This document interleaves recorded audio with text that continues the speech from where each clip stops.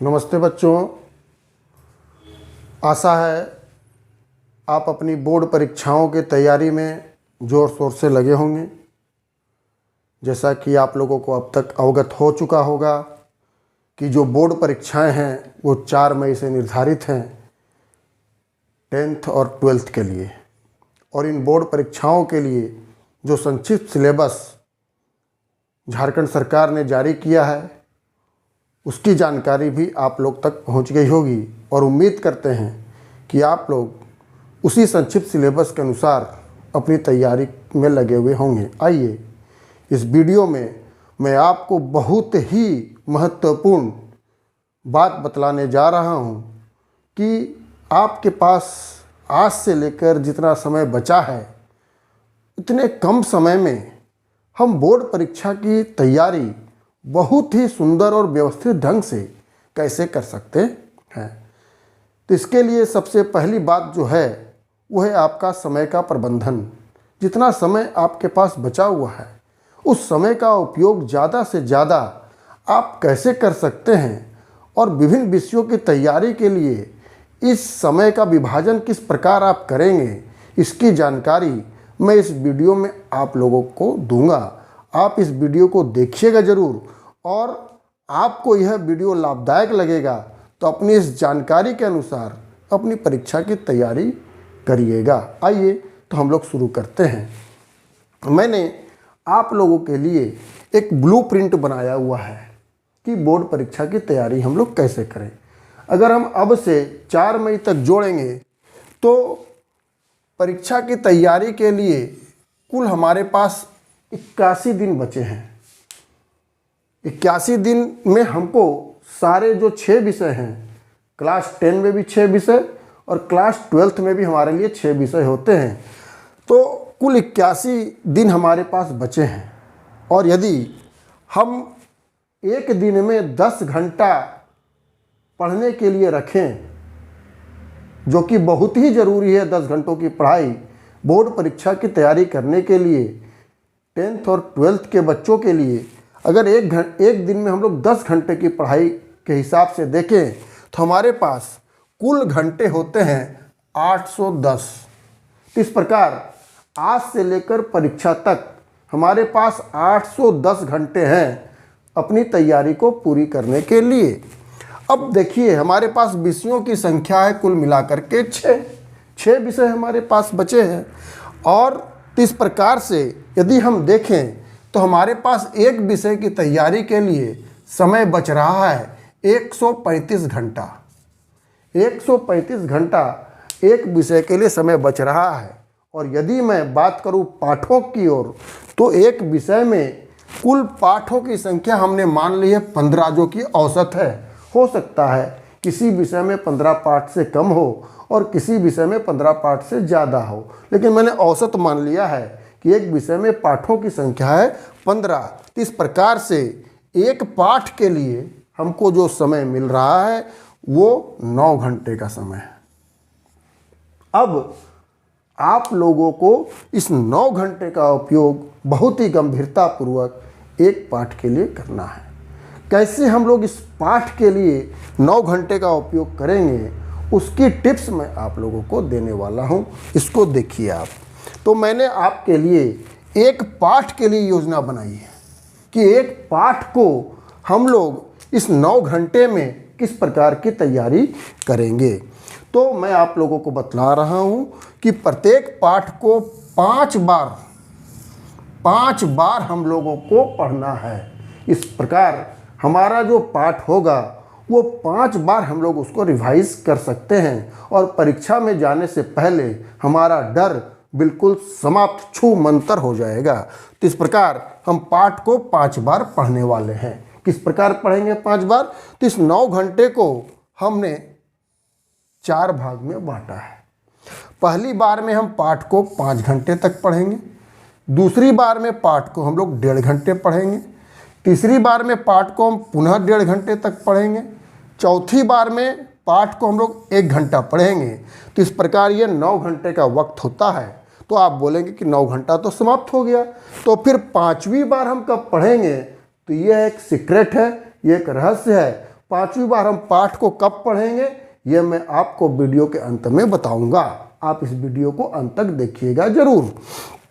अब अगर इन पहली बार, दूसरी बार, तीसरी बार, चौथी बार के अनुसार अगर हम लोग कुल दिनों का विभाजन करें, जो कि हमारे पास 81 दिन बचते हैं, तो पहली बार हम सारे विषय के लिए 45 दिनों का समय देने वाले हैं, दूसरी बार के लिए 13.5 दिन, तीसरी बार के लिए भी 13.5 दिन और चौथी बार के लिए हम लोग 9 दिनों का समय देने वाले हैं।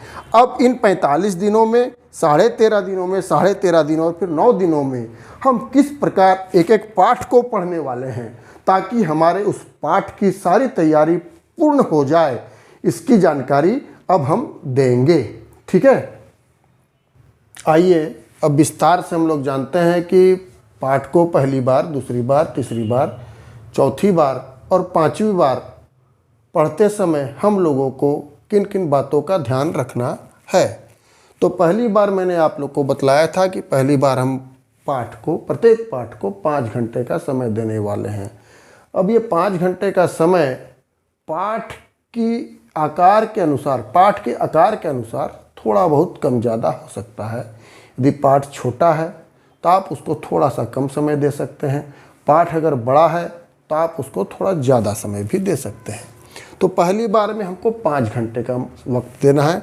इस 5 घंटों में हमको एक पाठ के लिए क्या करना है, पाठ को पूरी तरह विस्तार से पढ़ना, पूरी गंभीरता के साथ, मन लगाकर, पूरे मनोयोग के साथ हम पाठ को एक एक लाइन पूरी तरह पढ़ेंगे, उसके तथ्यों को हम लोग समझेंगे और जहाँ पर जो तथ्य हमको बहुत महत्वपूर्ण लगते हैं उन महत्वपूर्ण तथ्यों को रेखांकित कर, मतलब उसके अंडरलाइन खींच देंगे, या आपके पास हाइलाइटर पेन है तो उसको हाईलाइट कर देंगे और उन तथ्यों को हम अपनी कॉपी में साथ साथ लिखते भी जाएंगे।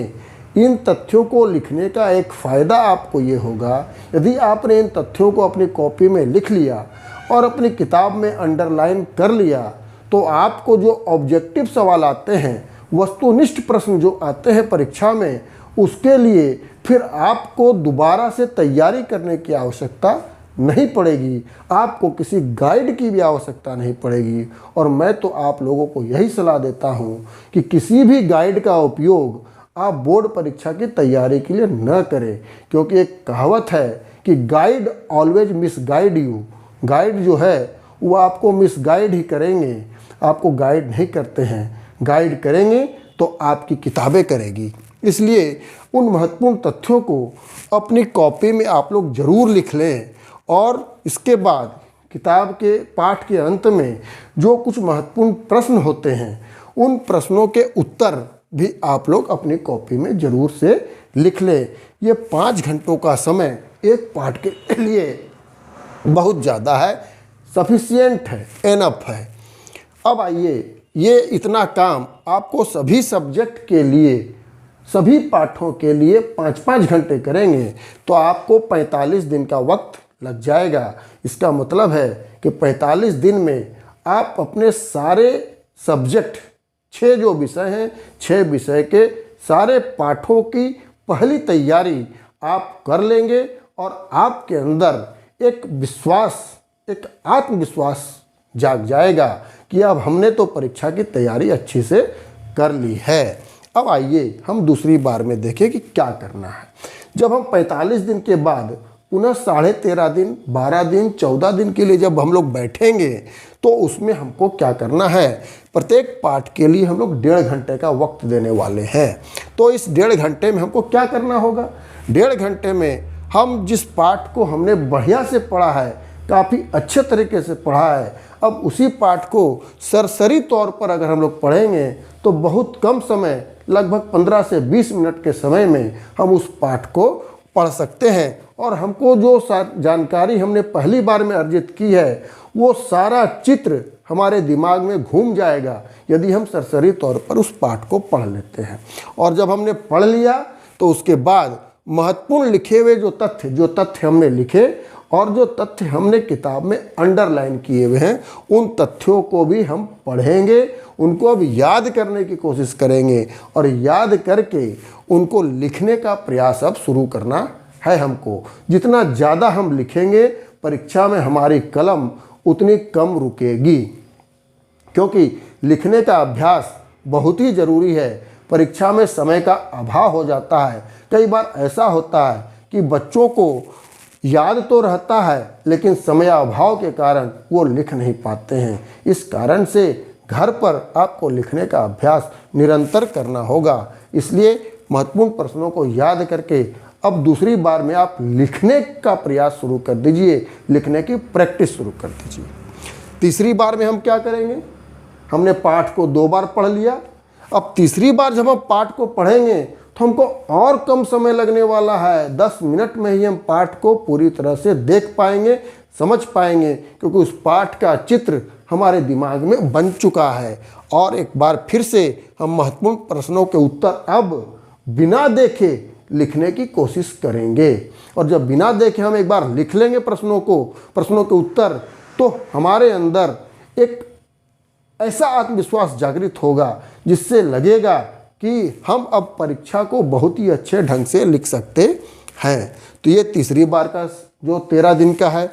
इसके बाद चौथी बार जो 9 दिन, परीक्षा से 9 दिन पहले का समय काफ़ी महत्वपूर्ण होता है। तो उस समय में प्रत्येक विषय के लिए 1.5 दिन हमको देना पड़ेगा। इसका मतलब है कि जिस विषय की परीक्षा सबसे अंत में हो, उस विषय को सबसे पहले 1.5 दिनों में हम लोग देखेंगे और उसके बाद क्रम से दूसरे विषय को देखते जाएंगे। ये आपको परीक्षा का जो प्रोग्राम है उससे पता चलेगा। तो इसमें हम लोगों को क्या करना है? अब हम पुनरावृत्ति करेंगे।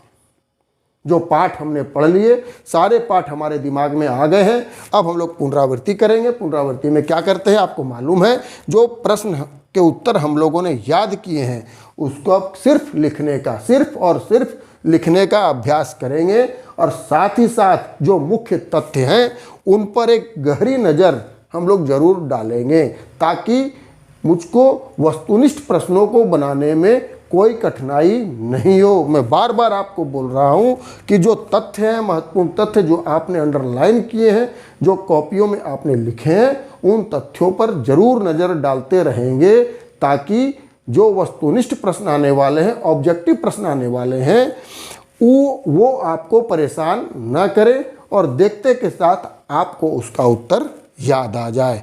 और 5वीं बार फिर इसके आगे प्रश्न चिन्ह है। तो 5वीं बार हम लोग कब पढ़ने वाले हैं? आइए इसके बारे में थोड़ी देर के बाद फिर हम चर्चा करेंगे। आइए अब हम लोग, जो मैंने आपसे पहले कहा था कि हमको एक दिन में कम से कम 10 घंटा तो पढ़ना ही पड़ेगा। ज़्यादा पढ़े तो बहुत अच्छी बात, नहीं तो कम से कम हमको 10 घंटा पढ़ना ही है। तो इस 10 घंटों को हम लोग कैसे विभाजित करें? तो मेरे अनुसार जो अच्छा है वो मैं आपके साथ शेयर कर रहा हूँ कि हम 10 घंटों को 4 भाग में विभाजित करें, क्योंकि एक साथ हम लोग बैठ करके 2.5 घंटे से ज़्यादा नहीं पढ़ पाएंगे या पढ़ने में हमको कठिनाई होगी। इसलिए हमको लोग इसको 2.5 घंटों के 4 स्पैन में हम लोग इसको बांटते हैं। पहला जो मैंने आपको बतलाया है, देखिए यहाँ पर सुबह 6 बजे से 8:30 बजे का समय, सुबह का समय पढ़ने के लिए उपयुक्त होता है। इसलिए सुबह मैंने 6 बजे से 8:30 बजे तक का समय रखा है 2.5 घंटे का। इसके बाद 10 बजे से 12:30 बजे तक का समय रखा है, दूसरी बार 2.5 घंटे का। तीसरी बार दोपहर 2 बजे से 4:30 बजे का समय रखा है और चौथी बार 6 बजे से 8:30 बजे तक का समय रखा है।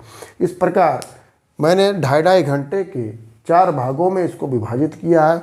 इन 4 बार में आप 4 विषयों को पढ़ सकते हैं, 4 विषयों के 4 पाठ को पढ़ सकते हैं। इसी प्रकार दूसरे दिन फिर से हम लोग 4 विषयों को पढ़ेंगे, 2 विषय जो पहले दिन छूट गए और 2 विषयों को फिर से जिसको हमने पहले दिन पढ़ा था। इसलिए रोज़ाना हम लोग अगर 4 विषयों को पढ़ेंगे तो हमारी तैयारी बहुत ही अच्छे ढंग से हो पाएगी और सभी विषयों में हमारी पकड़ बनी रहेगी। और सभी विषयों को अगर हम लोग 1-2 दिन छोड़कर पढ़ेंगे तो हम विषय को भूल भी नहीं पाएंगे। इसलिए मेरी सलाह ये है कि आप कम से कम 4 विषयों का अध्ययन रोज़ाना करेंगे। और मैंने आपको बतलाया था कि 5वीं बार हम लोग कब पढ़ने वाले हैं प्रत्येक पाठ को या प्रत्येक विषय को, तो 5वीं बार हम लोग परीक्षा के समय अंतराल के दिनों में पढ़ने वाले हैं। उसमें आपको ढेर सारा समय मिलेगा। जैसे मान लीजिए आपकी कोई परीक्षा 4 तारीख को पड़ती है और दूसरी परीक्षा 6 तारीख को है, तो 4 तारीख से 6 तारीख के बीच में आपके पास 2 दिनों का समय है और 2 दिनों में आपके पास 20 घंटे का वक्त होगा। तो 20 घंटे में आप उस एक विषय को फिर से पढ़ेंगे। अगर 2 विषयों के बीच में अंतराल 3 दिनों का है तो आपके पास 30 घंटे का समय होगा। इस प्रकार से आपको समय की कोई कमी नहीं रहेगी और वो परीक्षा के समय में जो अंतराल मिलता है उसमें आपको सिर्फ और सिर्फ पुनरावृत्ति करनी है, रिवीजन करना है और लिखने का प्रयास आपको भरपूर करना है। मैं बार बार आपको 2 बातों पर जोर दे रहा हूँ। जो तथ्य आपने लिखे हैं, जो तथ्य आपने अंडरलाइन किए हैं, उनको आप जरूर देखिए, जरूर उनको पढ़ते रहिए और जो प्रश्न आपने याद किए हैं उसको लिखने का अभ्यास आप जरूर कीजिए। सिर्फ याद करके उसको मत छोड़िए। और सोते समय मैं आपको एक और टिप्स दे रहा हूँ, जब आप सोते हैं तो सोते समय जिन प्रश्नों को याद करके आपने लिखा है, क्या लिखा है, उसको सोचते रहिए सोते समय।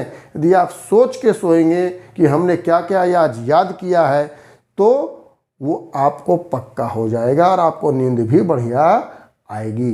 तो हमको उम्मीद है कि इस प्रकार ये तैयारी की जो योजना मैंने आप लोगों को बतलाई है, आपको मैट्रिक के बोर्ड परीक्षा में और इंटर के बोर्ड परीक्षा में आपको बहुत ही महत्वपूर्ण जानकारी ये होने वाली है यदि आप इस पर ध्यान देंगे।